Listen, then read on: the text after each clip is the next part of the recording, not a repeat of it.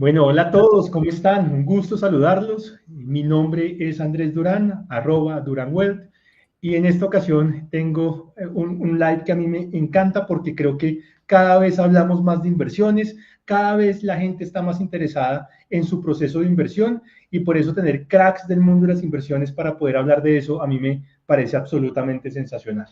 Hoy vamos a hablar un poco de inversión para todos e inversión en ETFs, algo que ustedes saben que a mí es lo que más me gusta, de la mano con London Investment Management. Y aquí pues les traigo a Álvaro Londoño, un amigo mío hace muchísimos años, con el cual tuvimos la oportunidad de trabajar varios años en Bancolombia, y pues ahora los dos afuera queremos seguir hablando de este tipo de cosas, llevando información a las personas desde un punto muy independiente. Entonces, Álvaro, ¿cómo estás? Un gusto saludarte. Me gustaría darte la palabra y que te presentes, nos cuentes quién eres tú. Hola Andrés, ¿cómo estás? Primero que todo, gracias por la invitación. Pues como tú lo mencionabas, nos conocimos en Bancolombia, trabajamos durante un tiempo considerable. Pues nada, mi nombre es Álvaro Londoño, soy un gestor de inversiones con más de 20 años de experiencia en el sector financiero colombiano, gestionando portafolios locales e internacionales. Mi último cargo estuvo en Bancolombia como gerente de portafolio. Estaba a cargo del portafolio más grande, digamos, de la organización, 5 billones de pesos, y también, digamos, que administrando portafolios de personas naturales, de empresas, de universidades, de endowments. Y pues básicamente, como tú lo mencionabas, este espacio, digamos, es para compartir ese conocimiento, esa experiencia, y que al final pues logremos lo que tú mencionabas, que todos podamos invertir. Claro, y yo creo que vamos a poner la presentación para que vayamos hablando. Te quedó muy bonito el logo. Sensacional, me encanta, me encanta, Muchas gracias. Aquí me le doy encanta. los derechos a Diana Daza, que de hecho trabaja contigo y la verdad que salió la semana pasada y pues estamos muy contentos. Claro, no, y a Diana yo creo que tenemos que hacerle los dos un reconocimiento. Es una tesa, que la quiera contactar, búsquela, díganos. Nosotros les damos el contacto. Es una tesa de todo lo que tiene que ver con este tema de redes, diseño. Mira ese logo tan bonito que te creó, el de Duran Wealth también es de ellos. Y por ejemplo, todo el diseño, todo lo que hicieron para nosotros este fin de semana en Monicón fue absolutamente sensacional. Entonces, primero comencemos por ahí, por reconocer a nuestros equipos que la dan toda para que nosotros podamos estar aquí hablando y conversando y compartiendo con toda la gente. Totalmente de acuerdo. Listo, entonces, para comenzar, yo creo que hoy más que nunca la inversión es importante. Yo creo que la inversión, el ahorro, la inversión nos ayudan a construir nuestro futuro. Ya sea que nosotros decidamos invertir de una u otra manera, lo importante siempre es invertir. Siempre es invertir, como tú lo dices ahí, para construir patrimonio y asegurar nuestro futuro. En el mecanismo que cada uno quiera, cada uno tiene gustos, tiene formas, tiene tiempos, tiene expectativas, eh, tiene amigos cercanos que lo llevan a una u otra cosa, y pues lo importante es uno poder siempre invertir. Y en ese sentido creo que el primer mensaje frente a lo que yo quisiera hablar hoy, y que incluso hace parte del mensaje que doy en mis diferentes charlas que hablo de impuestos en las inversiones, es: no importa, lo importante es invertir. Lo más importante es invertir, y quisiera pues darte la palabra para que nos des tu mensaje inicial. Perfecto. Pues nada, como tú lo mencionabas y de pronto saliendo de este tema, digamos, de mi presentación y de mi experiencia, también estuve a cargo, digamos, del fondo de pensiones de los aviadores civiles, manejando un portafolio de cerca de 1 billón de pesos. Y posteriormente, o perdón, antes de ese trabajo estuve trabajando como trader senior nuevamente en Bancolombia y también estuve, digamos, de profesor docente en la especialización de finanzas de la Universidad del Rosario. Pero comentando lo que tú decías y de pronto veamos esta gráfica. Seguramente la mayoría de nosotros hemos visto el famoso toro de Wall Street. Algunos saben qué significa, otros no. Y el toro lo que significa es que cuando embiste, digamos con los cachos, digamos que manda a su víctima hacia arriba. Por eso hace referencia a lo que se llama el bull market. El bull market es cuando los mercados están consistentemente en una tendencia al alza. Casualmente, y no sé si lo viste, hoy el S&P 500 y las bolsas en Estados Unidos alcanzaron un nuevo máximo histórico. Un bull market se caracteriza por valorizaciones cercanas al 20% y más adelante lo vamos a ver. El año pasado fue un año espectacular para la bolsa, 25% de rentabilidad y en dólares. O sea que si le sumas la devaluación que ha tenido nuestra moneda, eso pasó por el 30 probablemente. Y el año antepasado, en el 2023, tuvimos una valorización del 24% nuevamente. Es decir, en tan solo 2 años, hemos tenido un 50% de retorno y en una moneda tan fuerte como lo es el dólar. Ahora, veamos la gráfica de abajo, que tal vez es una figura que no es muy conocida, digamos, para los que no trabajamos en esto, y es el oso. El oso lo que significa es cuando los mercados tienen desvalorizaciones continuas. ¿Y por qué hacen alusión al oso? Porque con las garras, digamos que cuando atacan a su presa, pues atacan hacia abajo. Eso es lo que se llama el bear market. También, digamos, con desvalorizaciones promedio temporales del 20%. Esto pasa cuando ocurren las famosas recesiones. La última que vivimos fue una muy corta en el COVID, realmente. Casi que fue un movimiento en V porque se recuperó muy rápido, pero la última antes de esa fue, digamos, la crisis financiera del año 2009. En todo caso, si el S&P está hoy en máximos históricos, pues esto implícitamente nos está diciendo que la bolsa en el largo plazo en Estados Unidos se recupera, digamos, de estos baches y al final eso significa rentabilidad y oportunidad de inversión en el largo plazo. Listo, pasemos a la siguiente diapositiva. Yo aquí les traje algo muy sencillo, pero digamos que en mi experiencia y en conversaciones con colegas o con personas, diría yo más que todo, que no conocen de este mundo de las inversiones, he escuchado algunas afirmaciones que pueden ser mitos o realidades. Entonces, como un abrebocas para este live, me gustaría saber cuál te gustaría que exploráramos, que hablemos un poquito. Algunas las responderé en esta diapositiva, otras las responderemos, digamos, durante toda la presentación. Pues comencemos por la primera. Y si quieres, yo te voy respondiendo mi percepción y tú nos explicas a ver tú qué opinas. Exactamente. Entonces, la primera dice, necesito mucho dinero para invertir. Es un grandísimo mito. Totalmente de acuerdo. Hoy en día, a través de diferentes vehículos de inversión, como son los FIX, como son la aplicación de TRI, que puede invertir en bolsa, la de Bancolombia, la de la vivienda, digamos, vale la pena decir que nosotros no estamos vendiendo un producto, lo que hablábamos previo a este live. Nosotros estamos compartiendo conocimiento, queremos que las personas aprendan a invertir. Entonces, digamos que por eso no tenemos esos famosos sesgos o conflictos de, oiga, me están vendiendo algo porque de pronto hay un interés comercial detrás. Pues en este caso claramente no lo es.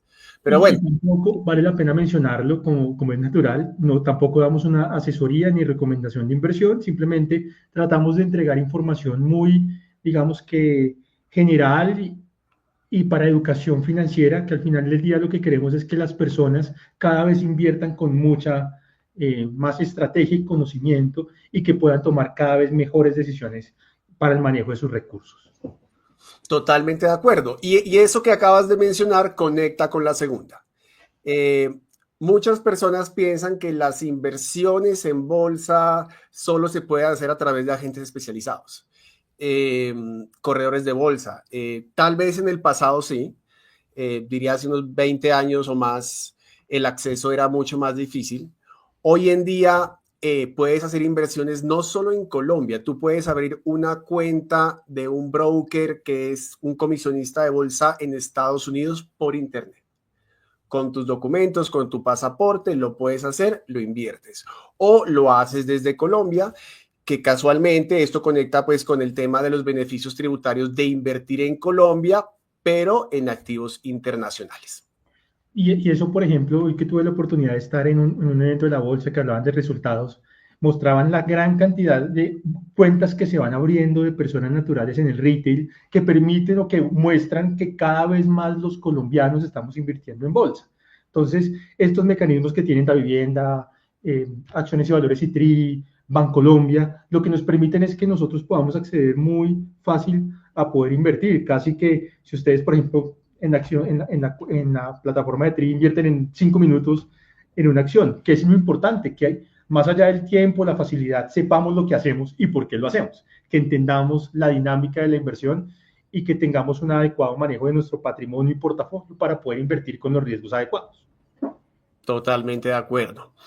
La siguiente, invertir en bolsa tiene riesgo y esa la he escuchado mucho. ¿Tú qué opinas de esa afirmación? Pues como todo negocio en la vida, tiene riesgo y la bolsa es un negocio donde estamos manejando riesgos. Al final del día, dependiendo de los riesgos, dependiendo de nuestro perfil, dependiendo de lo que nosotros queremos hacer, vamos a asumir un riesgo y lo importante es asumir esos riesgos de acuerdo con nuestras características, necesidades para obtener una rentabilidad adecuada de acuerdo con eso. Pero pues pensar que no hay riesgo es como en la vida, todo tiene un riesgo y lo que tenemos que hacer es manejar adecuadamente los riesgos. Totalmente de acuerdo. Y yo inclusive me devolvería. Hay inversiones en bolsa que son mucho menos riesgosas, por ejemplo, que comprar un bien inmueble. Cuando tú compras un bien inmueble, hay unos riesgos inherentes de construcción, de sismo, que de pronto me construyeron al lado de mi casa un local comercial y eso no me gusta.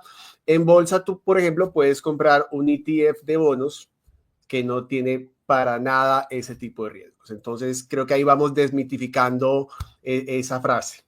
No, por ejemplo, a veces nos pasa con los inmuebles que vamos a venderlo y no lo podemos vender porque ni siquiera nos ofertan. No es que, que un negocio sea mejor que otro, sencillamente que tenemos que entender los riesgos de cada negocio de acuerdo con lo que nosotros queremos hacer. Totalmente de acuerdo. Esa me gustó mucho porque es que yo hace poquito intenté vender un apartamento, no pude. Yo tampoco, Y, tampoco pude. ¿cierto? Y si lo hubiera hecho, tiene unos impuestos, unas transacciones, una, qué sé yo, burocracia de ir a la notaría, firmar, etcétera, etcétera.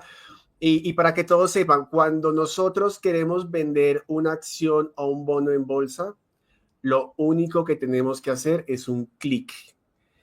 Y creo que cuando lo experimenten van a ver las bondades del activo, sin decir que la finca, digamos que la finca raíz no es un buen negocio. Como tú decías, son activos con características diferentes y debemos conocerlas para conocer pues las bondades de lo que es invertir en la bolsa. Así es. Luego, los grandes inversionistas no se equivocan. Tu turno. Total. Creo que tengo un sinnúmero de ejemplos de esto. Los grandes inversionistas, uno escucha pues a los grandes bancos americanos dando recomendaciones, al mismo Warren Buffett en sus libros. Todos nos equivocamos. Todos tenemos inversiones donde creemos que nos va a ir bien y tal vez no nos va tan bien. Pero lo importante es que en ese portafolio y en esta charla al final vamos a hablar de cómo se compone ese portafolio de inversiones, que es la suma de varios activos, que todo como un todo, valga la redundancia, al final me genere un retorno.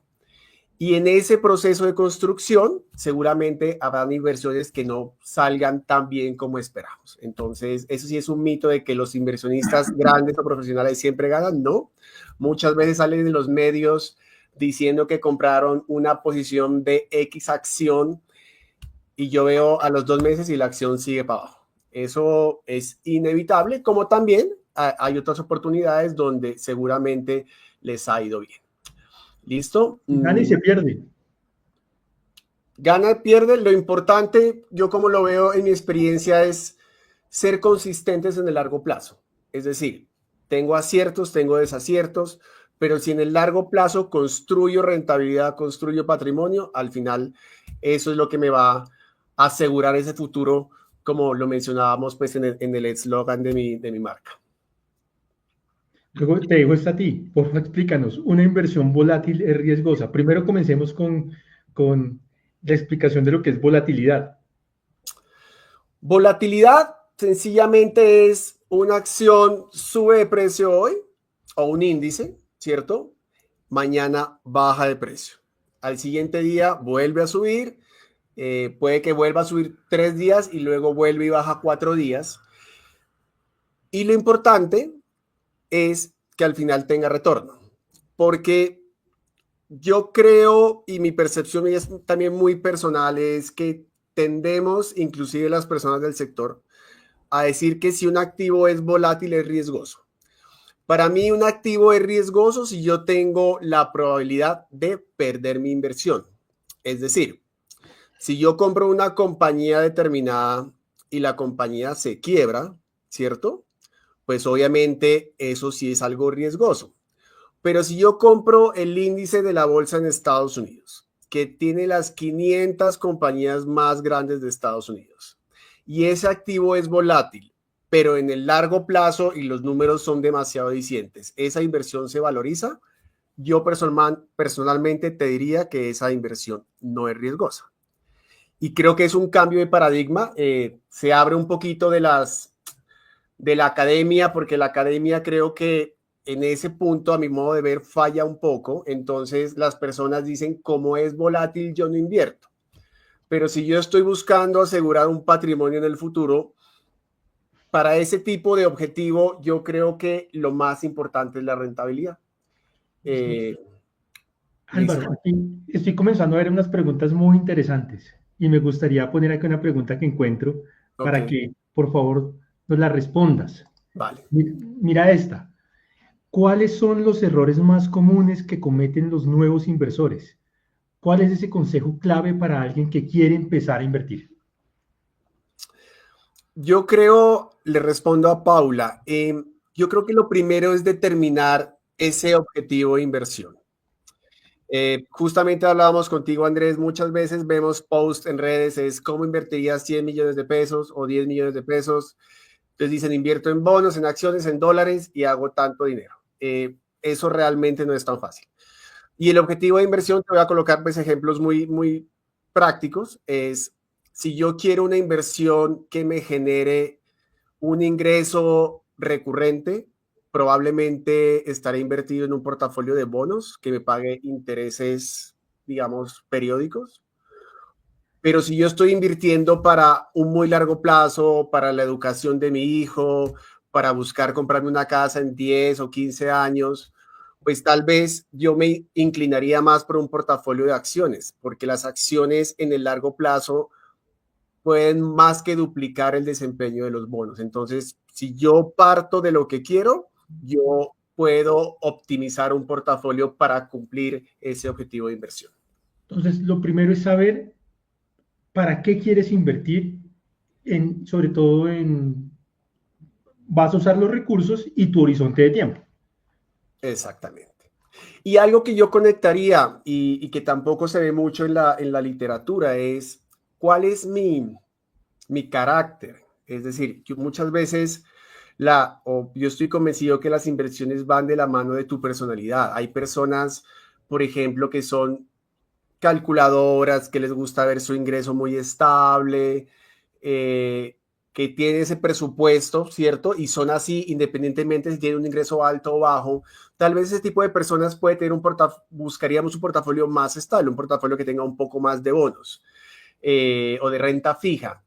Cuando es tal vez una persona un poco más abierta a los cambios, que le gusta investigar, que le gusta viajar, que le gusta tomar un poquito más de riesgo en su personalidad, hace match con un portafolio, digamos, de inversión que tenga un poco más de ponderación en acciones. Y yo le sumaría uno, que a veces no lo tomamos mucho, pero creo que es muy importante el momento de comenzar a invertir, y es el tiempo y la dedicación que puedes dedicarle a tu proceso de inversión. Esto es fundamental porque muchas veces pensamos que invertir es dedicar mucho tiempo, ¿no? Invertir es ser eficiente con los recursos que tenemos para obtener la mejor rentabilidad posible también. Y en ese sentido, pensamos que tenemos que dedicar mucho tiempo y a veces nos comprometemos mucho en el tiempo para lograr ese proceso de inversión y en el corto plazo terminamos desatendiendo lo que hemos venido construyendo porque no tenemos ese tiempo disponible. Entonces yo creo que uno de los primeros puntos que tenemos que preguntarnos al momento de comenzar a invertir es cuánto tiempo puedo dedicarle y qué quiero dedicarle de mi tiempo, de mis recursos a poder invertir, porque muchas veces veo personas que en el corto plazo, terminan cambiando todo lo que venían haciendo porque no les da su vida, lo que tú dices, su carácter, su tiempo, su familia, sus hobbies, para lograr ese proceso de inversión que habían pensado al comienzo. Totalmente de acuerdo con lo que dices. Listo. Podemos pasar a la siguiente. Yo la paso acá. Bueno, La pues paso. tú la manejas. Listo. Listo, perdón. Sí. Listo. Esta me gusta mucho también. Sencilla, pero dice mucho. Una inversión de largo plazo es a más de un año. ¿Tú qué dirías respecto a eso? ¿Cuál es tu percepción? No lo sé, dime tú. No sabría qué decirte. Para mí largo plazo es un año, me parece un mediano plazo. No sé, yo no diría que largo plazo es un año, pero no sabría desde la técnica de las inversiones cómo se debería responder esta pregunta. Yo lo primero que te diría es que el largo plazo, el horizonte temporal es de cada inversionista. Un año evidentemente es de hecho corto plazo, pero digamos en términos generales uno diría que una inversión de largo plazo debe ser entre 5 y 10 años. Y te lo digo porque, como lo veíamos al principio, cuando hay mercados en proceso de, digamos, de caída por temas de recesiones, de ciclos económicos que son normales, la bolsa puede presentar desempeños negativos 1 o 2 años. Entonces, si yo invierto en la bolsa, digamos, pensando en lo que pasó hace 2 años que subió el 50%, pero supongamos, la bolsa cae este año un 10 o un 20%, que es algo normal dentro del activo, y yo tengo esas necesidades de liquidez, pues a mí, ¿qué me va a tocar? Voy a salir a vender a pérdida. Eso es lo que definitivamente no debe pasar. Entonces, el largo plazo es muy importante. Obviamente depende de tu, digamos, perfil. Otro ejemplo muy claro, tal vez para una persona de 20 años o 15 años, 10 años o 20 años es largo plazo. Para una persona de 50 o 60 años, 10 años es un poco más largo que lo deseable. Entonces, eso hace parte, digamos, del proceso de construcción de tu portafolio. Listo. Esta también es interesante. El precio de una acción lo determinan las utilidades de la compañía. Yo aquí les diría que una parte es la acción, cómo se negocia, y por otro lado va el desempeño de la compañía. Y puede sonar un poco contraintuitivo, y eso sí lo vamos a ver más adelante, y es porque cuando una acción cotiza en bolsa, el precio lo colocan los compradores y los vendedores. En el largo plazo, digamos que las dos cosas convergen. Si una compañía es rentable, una compañía va a subir en su precio. Pero en el corto plazo existen, digamos, factores como sentimiento de mercado, liquidez del activo, percepciones del país, por ejemplo, que puedan hacer que la acción no se comporte aun cuando la empresa sigue siendo sólida, digamos, rentablemente. Entonces, por eso vale la pena decirlo. La siguiente, la mejor inversión es la que más rente, va muy de la mano con el objetivo de inversión. Yo puedo buscar un activo que rente mucho, pero si en el corto plazo es muy volátil y yo necesito los recursos en el corto plazo, pues es algo que realmente no me sirve. La cuarta, lo importante es dormir tranquilo. Yo de esto te diría que estoy muy de acuerdo. Yo también. O sea, no vale la pena, porque me ha pasado como inversionista, me ha pasado con clientes que por tratar de capturar un poco más de rentabilidad, literal, no duermen tranquilos. Y no hay nada mejor que dormir tranquilo. Estás claro en tu mente, puedes proyectar, digamos, tu futuro, puedes invertir con menos volatilidad, pero vas escalando poco a poco. Entonces, eso creo que aplica para las inversiones y para la vida. Incluso creo que en el Monicón este fin de semana Nicolás Abril hizo una charla sobre eso, sobre bienestar versus rentabilidad, algo así similar. Ah, Y creo creo que que, sí, creo que y sí. creo, y creo que las inversiones son para darnos bienestar, bienestar en el largo plazo, pero también en hoy, y que nosotros podamos vivir bien, y que nuestro proceso de inversión no se nos convierta en un proceso de intranquilidad, sino que nuestro Total. proceso de inversión en todo sentido sea un proceso de bienestar para nuestra familia. Entonces, voy a invertir, pero entonces tengo que llegar todos los días de trabajo a estar 5 horas detrás de una pantalla y no estar con mis hijos, por ejemplo. Entonces, que nuestro proceso de inversión no se nos convierta en intranquilidad, sino más bien en bienestar para nuestra familia. Totalmente de acuerdo. Listo, yo creo que podemos pasar a la siguiente. Dale, yo Eh, la paso. Esta creo que esto pasa mucho en Colombia y es, eh, debo centralizar mis inversiones en una sola entidad. Bueno, diversificar como en todo. Sí, pero más que eso es, claro, en Colombia existen, bueno, en todo el mundo grupos económicos, ¿cierto? Que tienen el banco, el puesto de bolsa, los CDTs, los FIX, y por comodidad, pues decimos, pues lo hago todo en una misma entidad. Realmente nosotros lo que debemos hacer es, si yo voy a invertir, por ejemplo, en un fondo de inversión colectiva de renta variable, yo puede que tenga mis ahorros en, no sé, Banco de Occidente, pero si el mejor FIC de renta variable está en BTG Pactual, pues yo debo tener mi plata en BTG Pactual. Y aquí les mando un tip. Los traslados de FIX entre entidades financieras no tienen 4 por mil. Entonces, enfoquémonos en de pronto dejar un poco de lado la comodidad porque la rentabilidad, y lo vamos a ver más adelante, una diferencia de 1 o 2% de rentabilidad anual, que suena algo tan bajito, puede hacer diferencias de miles de dólares en el futuro. En el futuro. Y eso también va de la mano con que no pasemos de la diversificación a la super diversificación, entonces que tengamos un montón de cuentas abiertas por todo lado que después también sea un enredo manejar. Eso Exacto. también, yo me acuerdo alguna vez que fuimos donde alguna persona y para manejar sus cuentas, entonces nos sacó un manojo de tokens de los diferentes bancos para poder administrar las cuentas. Entonces tenía como 30 Ah, tokens ok. diferentes para manejar las cuentas. Entonces uno dice, ¿cómo hace? ¿Cómo lo logra? Entonces, que no sea la concentración ni la super diversificación que nos permita, que nos complique mucho la vida al administrar nuestro patrimonio. Totalmente de acuerdo. Sí, como dice el dicho, ni tanto que queme al santo, ni poco que no lo alumbre. Total. Listo. Bueno, nos quedan 3 más. Uno, ojos que no ven, corazón que no siente.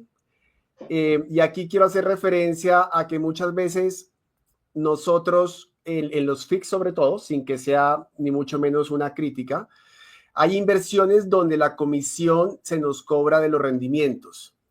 Entonces nosotros sentimos como que no hemos pagado nada, como que la inversión va muy bien, pero cuando hacemos el doble clic y nos damos cuenta las comisiones que nos cobran y si el vehículo no está haciendo su función, que es, por ejemplo, rentar más que la bolsa americana, si estoy invirtiendo, digamos, en un FIC de renta variable internacional, pues nosotros tenemos que preguntarnos, bueno, ¿vale la pena hacerlo por este FIC o vale la pena hacerlo con un ETF? Es básicamente eso, porque muchas veces cuando no vemos que la plata sale de nuestro bolsillo, sencillamente asumimos que es algo barato o como que no le colocamos atención. Y eso va de la mano con los impuestos, porque usualmente nosotros nos dicen la rentabilidad del producto fue tanto, 10%. Y nosotros nos quedamos con eso en la cabeza. Y nos quedamos Exacto. con la cabeza con que la rentabilidad fue el 10%. Eventualmente nos hacen una retención y nos quedamos en la cabeza con un 4 o un 7% de retención sobre el producto o otro porcentaje, dependen muchos, incluso en los fondos de inversión colectiva depende del tipo de activos que tenga detrás la retención, nos quedamos en la cabeza con la retención y no miramos cuánto fue el impuesto. Cuando pasamos por la declaración de renta, por allá se calcula el impuesto, nosotros pagamos un impuesto que hace que nuestra rentabilidad real sobre el producto sea menor y no estamos pendientes de cuál es la rentabilidad final después de impuestos. La rentabilidad real es después de impuestos, Total, sencillamente. Y Total, después total. le aporta seguridad social después de todo lo que uno tenga que pagar. Y no estamos pendientes. Entonces, no vemos el impuesto, no sentimos, no lo asociamos a nuestro producto de inversión y de pronto nos quedamos con productos eh, o con inversiones que no vimos el resultado final para poder comparar. Y eso también es importante, tanto en comisiones, demás gastos e impuestos, estar pendientes al final cuál es el resultado final de nuestra inversión para poder hacer un análisis de si nuestra inversión nos trajo el resultado que nosotros estábamos esperando. Y eso que dices, Andrés, para mí es de lo más valioso porque, o sea, de hecho, yo cuando he trabajado en el sector institucional, es lo que tú dices, vendemos la rentabilidad bruta. La rentabilidad neta depende de la particularidad de cada cliente, como tú los mencionas. Y al final, esto pues invertir es un negocio para uno, ¿cierto? Para construir patrimonio y pues a mí me interesa tener la rentabilidad neta después de impuestos pues lo más alta posible. Claro, porque incluso tú puedes irte a obtener una rentabilidad un poquito mayor en un producto Ujú. buscando o asumiendo un mayor riesgo. Y resulta que después de impuestos puedes incluso quedar con una rentabilidad abajo de un Total. producto que sin ese mismo nivel de riesgo te hubiera ofrecido una rentabilidad un poquito mayor por las diferencias tributarias que se pueden dar entre los diferentes productos de inversión. Totalmente de acuerdo. Listo, yo estas dos últimas, la tercera lo digo porque pues creo que es una realidad, sobre todo en Colombia. Es más fácil que alguien te cuente de tu salud que de cuánto se gana.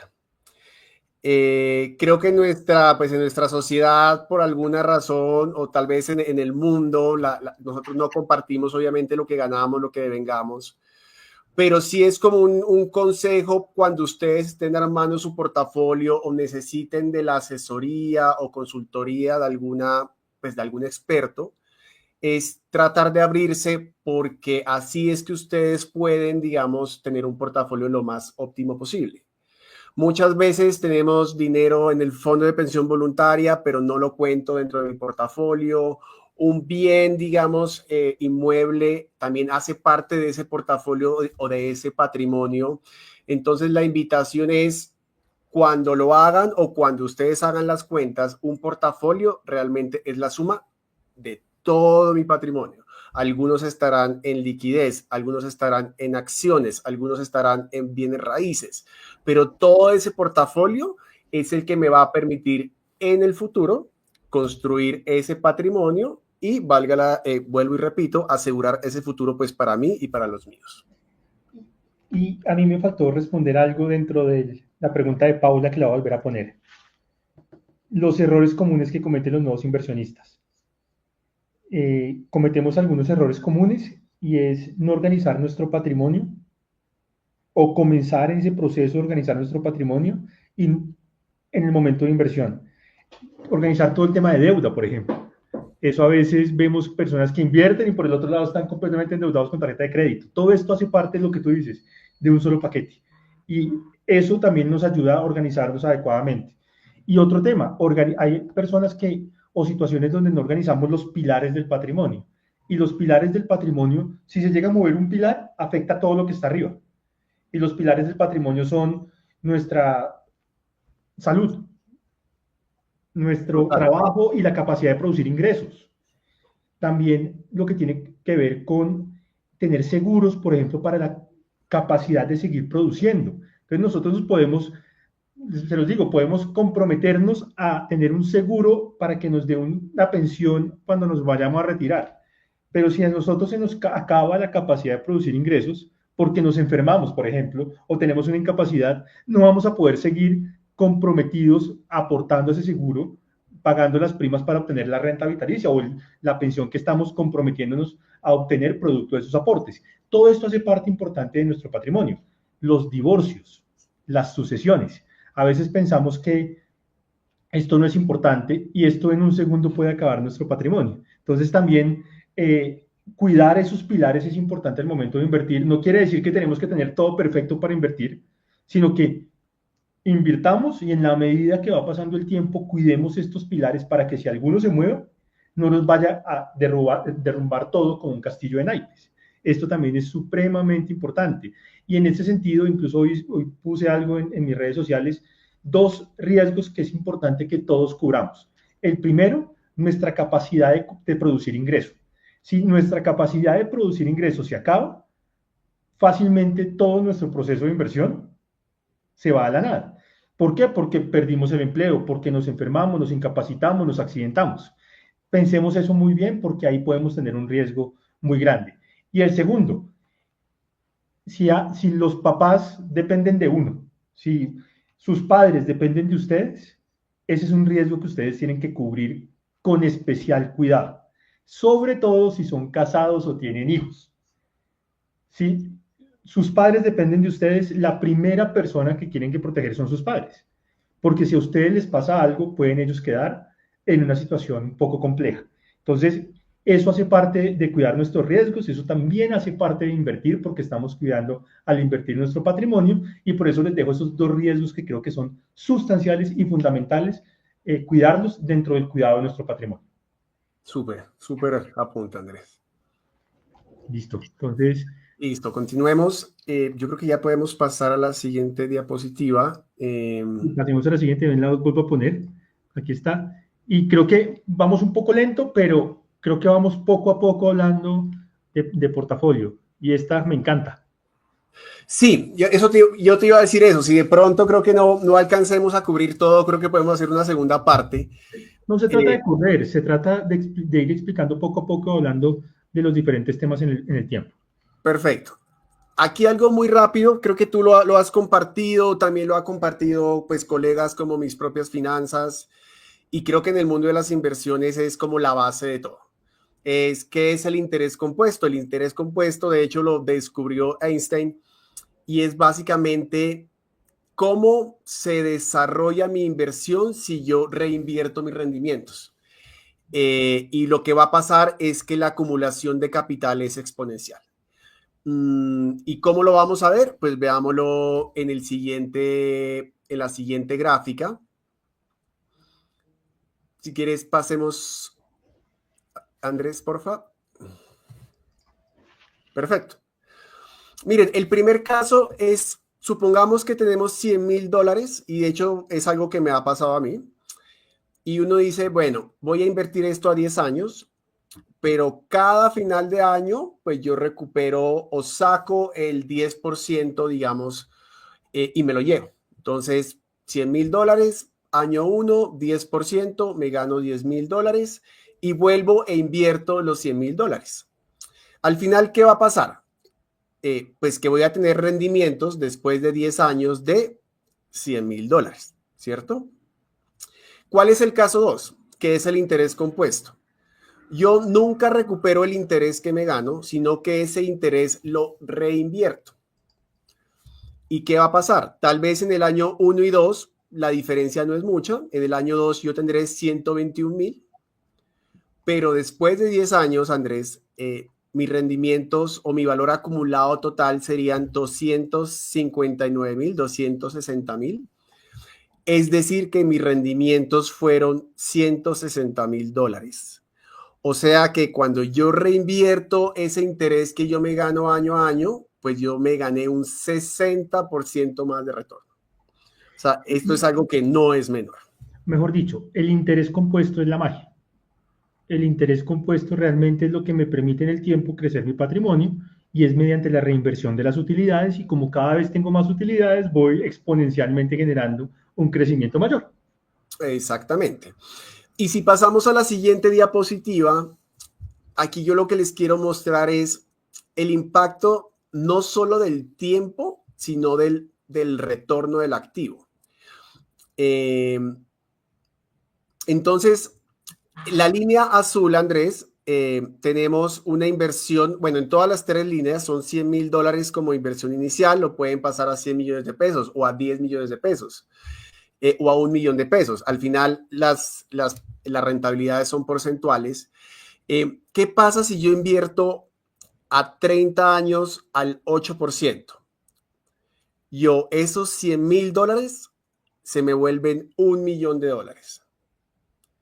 Y ahora, que es la línea azul. que es la línea azul. O sea, la línea azul muestra un rendimiento, digamos, promedio año tras año del 8%. El 8%. La línea rojita muestra un crecimiento año a año promedio del 10%, y la línea verdecita muestra un crecimiento promedio año a año del 12%. Digamos que tú estás dando un horizonte de tiempo de 30 años, y si yo invierto 30 años teniendo esa rentabilidad permanentemente e invierte $100,000. Exactamente. Ahora, miren cuando esa rentabilidad promedio sube del 8 al 10. A nosotros, o a mí me ha pasado, o antes de que estudiara y trabajara en esto, a uno le decían, venga, pero yo le ofrezco el 10%, y me decían, no, pero del 8 al 10 pues no hay mucho, eso no vale la pena, ¿será que sí vale la pena? Etcétera, etcétera. Pues miren que un 2% de rentabilidad adicional, ese $1,000,000 en 30 años se vuelve $1,700,000. ¿Y qué pasa si yo no gano el 10 y no gano el 12? Y aquí les boto un dato. El retorno de la bolsa americana histórico es el 12%. Y eso que los últimos 2 años rentó el 50, ¿no? Rentó el 25 cada año, ¿no? Imagínense cómo sería ese interés compuesto. Ahí está el secreto. Y sobre todo los que son más jóvenes, lo que tienen, que no tenemos, a veces ya nosotros que hemos crecido un poquito más, es el tiempo. Miren el tiempo.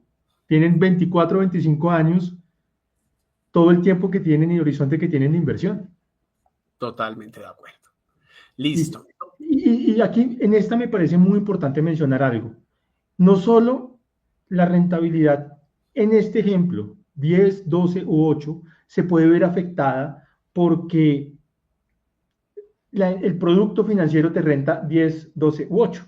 También porque te puede ver afectada. Se puede ver afectada o por comisiones o gastos que tenga el producto financiero, y sobre todo se puede ver afectada por los impuestos. Entonces, parte de lo que trabajamos frente al interés compuesto es el entendimiento de cómo el interés compuesto se afecta con los impuestos y la elección del producto de inversión. Por ejemplo, productos acumulativos nos pueden ayudar también a mitigar los efectos de los impuestos en el interés compuesto. Y en ese sentido, no es lo mismo rentar en un portafolio que yo pueda demorar o pagar los impuestos en un momento distinto, por ejemplo, al final, a la salida de la inversión, 30 años, o si yo lo que estoy haciendo es todos los años pagando el impuesto y reduciendo mi rentabilidad producto del pago de impuestos. Entonces, ahí también hay un efecto gigante que es importante ver para que tengamos eso en cuenta al momento de invertir. No, y buenísimo que lo nombras, Andrés, porque yo creo que eso no lo vamos a alcanzar en esta sesión. Seguramente en una segunda parte les tenemos una pues no recomendación, una estructura de un portafolio basado en ETF acumulativos. De hecho, yo la hago para mi portafolio propio. También. Y cómo eso hace una diferencia en la rentabilidad inmensa, pero como les dije, y pues como un abrebocas, pues lo dejaremos para la segunda sesión que tengamos. Listo. Pasemos a la siguiente diapositiva.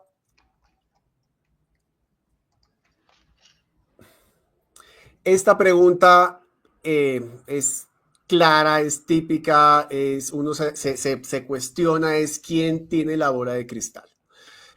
Y es básicamente aquí lo que vemos es, hace exactamente un año, las principales instituciones o bancos americanos proyectan cuál era el retorno que ellos esperaban de cara al 2024.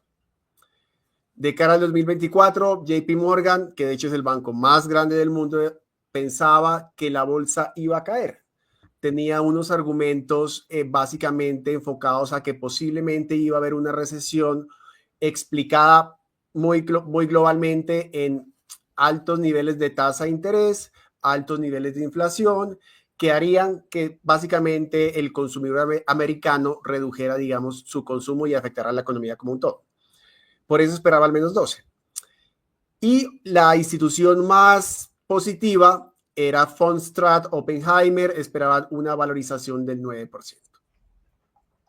¿Qué Y fue lo mira, que y mira, ¿quién tiene la bola de cristal? Y creo que esto va muy de la mano con esta pregunta de mi amigo Heini, hola, ¿qué opinan de la recomendación de Buffett que diversificar es para quienes no saben lo que hacen y se pueden perder las grandes ganancias?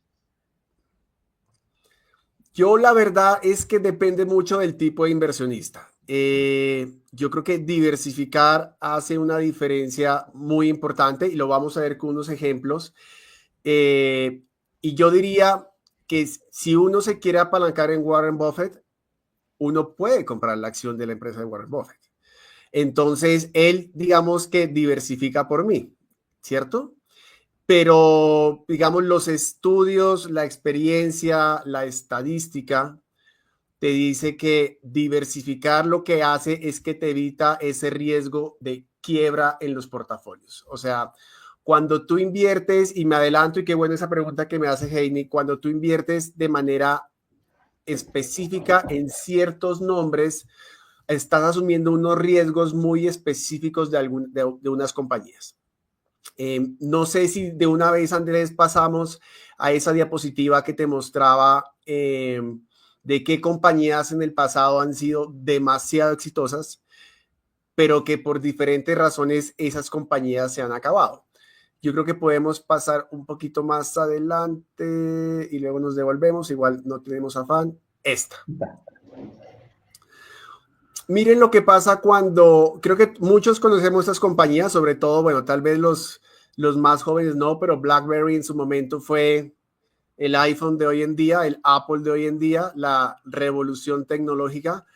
Esta compañía durante 3, 5 años sacó su producto, revolucionó al mercado, la acción se multiplicó por 10 o 20, que es ese pico que ven ahí, y de un momento a otro llegó otra compañía, Apple, con una mejor tecnología, y sencillamente esto es capitalismo puro, y el que es más eficiente, más exitoso, el que da mejores soluciones es el que prevalece, y BlackBerry se quebró.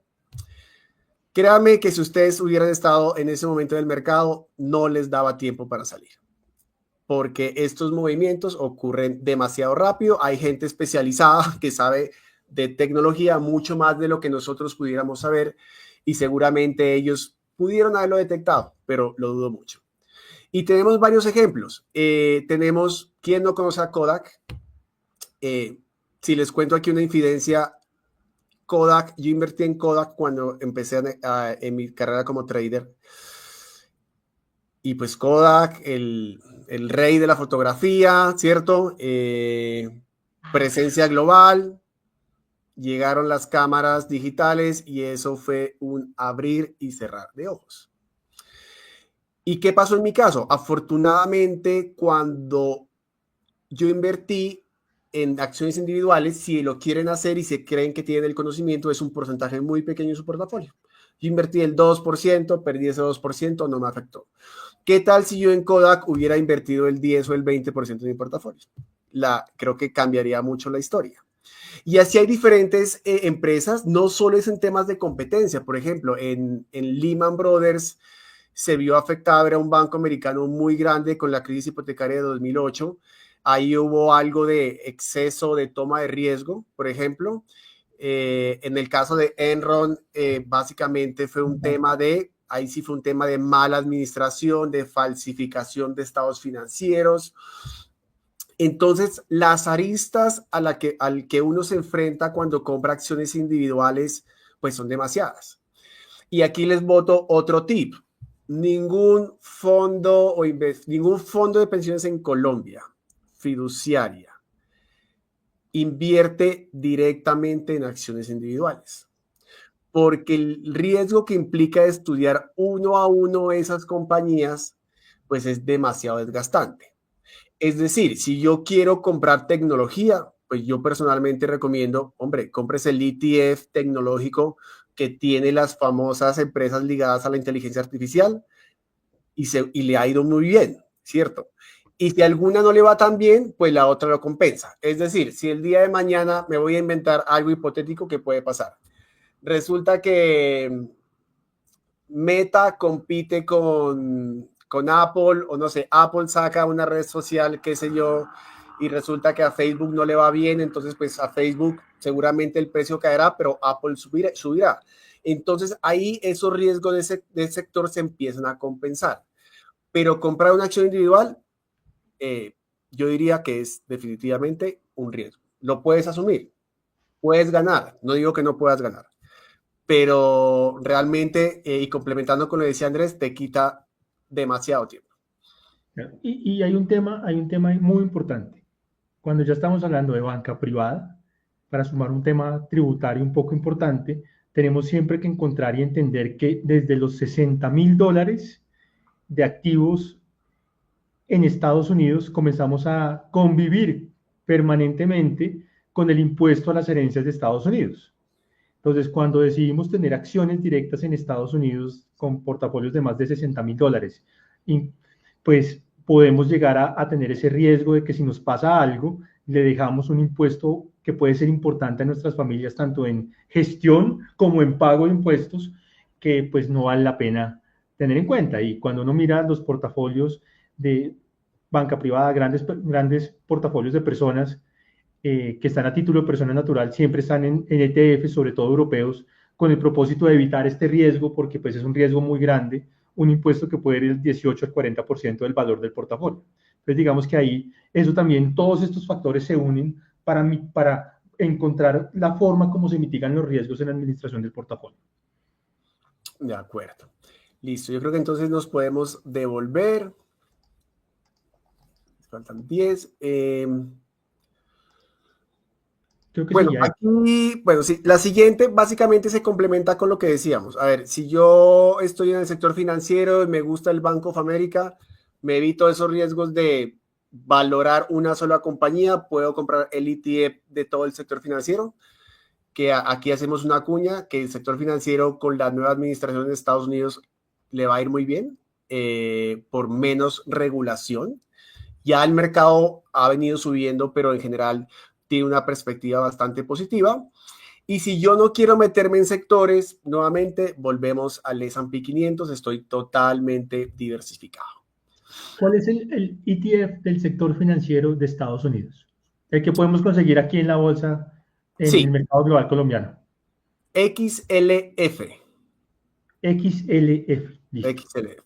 Ustedes con un clic a través del mercado global colombiano y la bolsa de valores pueden comprar exposición al sector financiero en Estados Unidos y están comprando todos estos bancos que lo ven ahí, que los ven ahí en una sola inversión.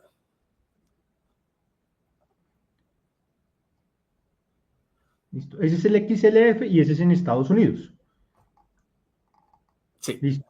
Perfecto. perfecto. Podemos pasar, aunque ya nos quedan 10 minutos. Bueno, este gráfico ratifica la importancia, pues va de la mano del interés compuesto y el tiempo es más importante que el dinero de la inversión. Este se lo robé Activa de Credit Corp Capital. Básicamente lo que nos dice es, si yo ahorro durante 30 años y yo aporto $100 al mes, solo tengo que poner de mi capital $36,000 para obtener un capital acumulado de 340,000. Y el siguiente caso es básicamente, que es lo que nos pasa mucho en las inversiones, es, oiga, no, yo no ahorro poquito, espero a tener un poquito más para ahorrar más. Eso lo que me está haciendo es que yo estoy perdiendo ese costo de oportunidad, así sea un dinero un poco menor, y lo que me va a pasar al final es que yo voy a obtener el mismo capital acumulado al final, pero tuve que haber invertido muchísimo más de mi capital. Si yo aporto $1,700 al mes durante 10 años, llego a los mismos 342,000 que están en la parte de arriba, pero con un menor retorno acumulado y tuve que abonar más capital. Entonces, yo creo que esa frase, digamos, empata muy bien con lo que tú decías. El tiempo, así suene contraintuitivo, es más importante que el dinero en la inversión. De acuerdo. Y te lo voy a poner así, las personas que tienen 20, 22, que están comenzando a trabajar, que todavía incluso viven con sus papás y que destinan gran parte del mes en su, evidentemente, todos lo hicimos, yo creo que tú también, en la rumba, cuando uno está comenzando a trabajar, comienza a tener recursos, su salario, en ese momento es donde es aún más importante comenzar a invertir, comenzar a generar ese hábito de inversión de mes a mes, destinar algunos recursos a este efecto del interés compuesto. Siempre acuérdense cuando les lleguen esos primeros pagos de Albert Einstein hablando que el interés compuesto es la octava maravilla del mundo y comencemos a invertir. Y yo sumaría con esto que el tiempo es más importante que el dinero en la inversión, pero el tiempo en el largo plazo del proceso de inversión. Y hay otro que me parece también muy importante que yo la veía, se la vi a algún tuitero en estos días, no me acuerdo el nombre del tuitero, que me encantó, que si hay algo importante en el proceso de inversión es el tiempo del horizonte de inversión y también los recursos que nosotros traemos en ese proceso de inversión permanentemente. Entonces, nuestra capacidad de ahorro y el tiempo en el largo plazo son los que determinan mucho más nuestro proceso de inversión en el largo plazo que muchos más factores que vemos ahí en la mitad. Totalmente de acuerdo. Ahorremos, destinemos ahorro para invertir. Yo creo que eso nos ayuda muchísimo a que en el largo plazo podamos tener una gran capacidad de hacer reproducir nuestro ahorro producto del interés compuesto. Perfecto. Ahí estaba revisando en el MS, el de Financials, se llama IUFS, para que lo revisen, para que analicen, para que conozcan el mercado global colombiano, que nos trae un montón de oportunidades y no para de crecer. Perfecto. Qué buena anotación porque seguramente yo me equivoqué. El XLF es un ETF que existe en Estados Unidos. Hay varios ETF que siguen el mismo sector financiero, entonces seguramente el que está listado en el mercado global colombiano es otro. Pero al final, en esencia, lo que hay debajo de ese ETF es lo mismo. IUFS, exactamente. Listo, perfecto. Igual, no es recomendación de inversión, es para que cada uno, si tienen la inquietud, la curiosidad, entren y miren este tipo de vehículos de inversión que pueden ser muy atractivos al momento de invertir, pero pues depende de los riesgos, de las situaciones, necesidades, características de cada persona. Listo. Listo. Aquí les muestro básicamente cuál es el ciclo que nosotros hacemos cuando hacemos inversiones. Este ciclo es a nivel profesional y es el ciclo que debemos hacer nosotros como personas. Y básicamente lo primero, creo que ya hablamos, en la parte de arriba tenemos unas metas o un perfil de riesgo. Luego investigo los mercados, cómo se han movido, el tema económico, qué afecta, a los activos en los cuales yo voy a invertir. Tercero, compro, vendo, rebalanceo mi portafolio. Aquí puse una cosa, sigo igual. Muchas veces yo no tengo que comprar y vender un portafolio constantemente, unos activos constantemente. Seguir igual es una decisión. Y se los digo porque en momentos de volatilidad muchas veces por el estrés que nos genera las desvalorizaciones o valorizaciones, también cuando hay unas valorizaciones muy altas y yo no estoy, invertido lo que hubiera querido, me genera tomar decisiones erróneas. Seguir igual es una decisión. El cuarto punto, que la resalté en verde porque nosotros debemos evaluar las inversiones. Esto es algo que inclusive en el sector institucional creo que no se hace de manera detallada. ¿Y por qué evaluar las inversiones? Porque como les mencionaba, por ejemplo, este año fue un año muy bueno para la bolsa y la gente dice, o los inversionistas, no, me fue bien, eso el otro año seguimos bien. Pero yo debo evaluar si mis vehículos de inversión lo hicieron bien. Yo casualmente estaba revisando antes de entrar acá, muchos de los FICs que invierten en la bolsa en Estados Unidos, en Colombia, tuvieron rentabilidades del 25-26, cuando la bolsa rentó el 25, ¿y dónde está la devaluación?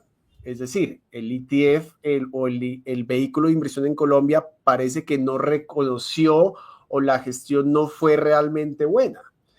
Entonces, esas evaluaciones nos permiten corregir lo que está mal y ratificar lo que está bien. Y mire la pregunta de Patti. Cuando se invierte en ETFs, ¿se debe realizar mensualmente la misma inversión del ETF? ¿Es bueno dejarlos a 10 años? Yo le diría a Patti que esa es una buena estrategia, porque cuando tú inviertes mensualmente y la bolsa tiene esas fluctuaciones naturales que en momentos del año cae, tú vas promediando un mejor precio. Igual, cuando la bolsa sube, tú sigues invirtiendo. Entonces, esa es realmente una muy buena estrategia. No necesariamente, como me preguntas ahí, debe ser el mismo monto, pero es una práctica que realmente uno la hace en las inversiones. Yo distribuyo, pues porque al final, como lo decíamos Andrés, no tenemos la bola de cristal. Entonces, pues yo sí he visto casos y les digo sinceramente, muchas veces los inversionistas, por esperar una desvalorización adicional, no invierten y el mercado sube. Y cuando pasa eso, me pierdo la oportunidad de inversión.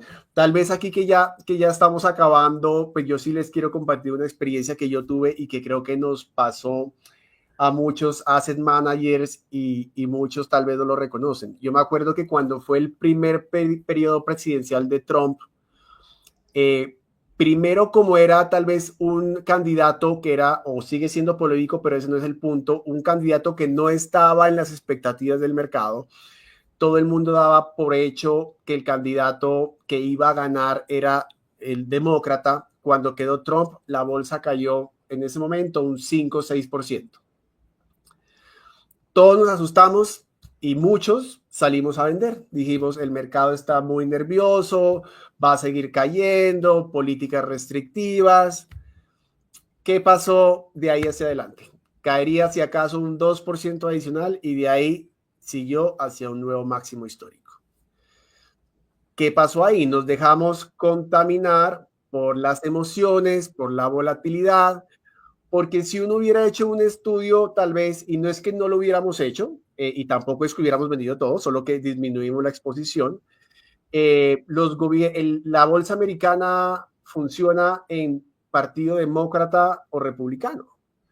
Que existen volatilidades, sí, que tal vez uno baja el riesgo cuando ve indicadores que de pronto la economía va a estar en recesión, pero muchas veces con factores de muy corto plazo no tomamos buenas decisiones. Entonces, por eso lo que decía Patti, siempre mensualmente voy aportando un poco a la bolsa americana, voy aportando, si cae mejor, compro más barato, si sube no importa, sigo promediando y es una muy buena estrategia para invertir en el largo plazo. Mira lo que hoy en ese evento que estuve en la bolsa decía Felipe Gómez, yo creo que un crack de este tipo de inversiones, y él decía que lo político es importante, pero también la historia que hay detrás del mercado y de cada inversión se torna muy importante al momento de definir si yo invierto o no invierto, donde a veces nos dejamos contaminar mucho por lo político, Sí.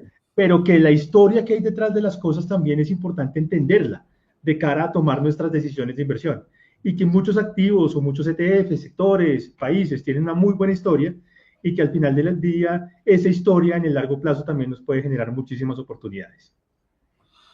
De acuerdo, tú creo que lo has dicho muy bien. Hay miles de historias donde al final uno aprende que, y creo que Warren Buffett también lo dice muy bien, y tal vez aquí termino mi intervención. Dice, sé codicioso cuando los demás son temerosos y pues viceversa, y sé temeroso cuando los demás son codiciosos. Tampoco eso significa pues que apenas haya una caída o desvalorización yo salgo a comprar, no. Siempre hay que hacer un estudio concienzudo de los riesgos, de hacia dónde voy, pero cuando existe, pues la experiencia lo dice y a mí me pasó, yo viví la crisis de 2009 gestionando portafolios, eso fue una desvalorización es casi del 50% desde el máximo que alcanzó la bolsa en ese momento y realmente uno se asusta y uno como que se abstrae del mercado, pero si luego piensas con cabeza fría, fue un momento para invertir que al final le generó unos retornos a los portafolios de los clientes muy importantes. Mira este dato tan interesante que nos pone aquí Germán. Hola Germán. Y gracias por acompañarnos. Dice, Warren Buffett se dedica a comprar acciones y todos sabemos de su éxito, pero dice que cuando se muera dejaría su dinero invertido en un ETF que replique el S&P 500. No lo sabía, pero pues nos dan datos, aquí entre todos construimos y la idea es entre todos aprender. Y pues Álvaro, muchísimas gracias por todo tu interés de estar acá hablando con nosotros, compartiéndonos tu visión, compartiéndonos conocimiento al fin del día, al final de los días. El tema de inversión, como tú lo dijiste hace algunas slides, nadie tiene la bolita de cristal para decir esto es lo que toca hacer y cómo toca hacer. al final del día esto es de uno aprender, de uno leer, de uno conocer, tener su idea, tomar sus decisiones y cada vez tomar decisiones más eficientes, más concienzudas frente a lo que hace, aprendiendo pues así de personas tan tesas como tú. Entonces, muchísimas gracias por haber querido estar acá con nosotros. Espero que haya sido de tu agrado, que quieras volver a estar acá hablando con nosotros y a las personas que se conectan en este espacio o se conectan después. El propósito es aprender. Y si tienen comentarios, si quieren dejar algún comentario, si no están de acuerdo con algo, fabuloso que lo dejen en los comentarios ahí en el canal de YouTube y con gusto Álvaro y yo se los responderemos y en dado caso en próximos espacios los traemos aquí para que los hablemos y generemos posiciones distintas. Entonces, en estos temas de inversión, en los temas tributarios, en los temas legales, siempre hay diferentes posiciones y lo importante es que entre todos construyamos para construir adecuadamente nuestros patrimonios. Te cedo la palabra. No, Andrés, pues nuevamente muchas gracias por tu invitación. Realmente fue muy enriquecedora. Lo que tú dices, esto se trata de construir, de compartir puntos de vista. En las inversiones no hay una sola forma de hacer las cosas, pero es muy importante tomar decisiones informadas. Lo que vemos en redes que nos aporta para investigar tal vez es algo que está muy arriba. Debemos saber cuál es nuestro objetivo de inversión. Debemos saber que nosotros en Colombia tenemos un sistema tributario que puede ser muy diferente claramente al sistema americano y que al final a mí me interesa el retorno neto. Yo creo que volveré, estoy seguro que volveré porque nos quedó pendiente es cómo construir ahora sí un portafolio eficiente con los ETF en Colombia. Entonces, bueno, Andrés, nos vemos la próxima ocasión. Muchas gracias por invitarme nuevamente. A todos muchísimas gracias. Estamos aquí en un segundo episodio con Álvaro muy pronto y a todo el equipo y de nuevo a Diana Daza, que está detrás de todo el diseño, tanto Álvaro como el mío. Compartimos esa gran fortuna de trabajar con ella. Todo el agradecimiento porque la verdad lo que nos aporta es único. Que Vale, estén bien. chao, que estén bien. Hasta luego. Hasta luego.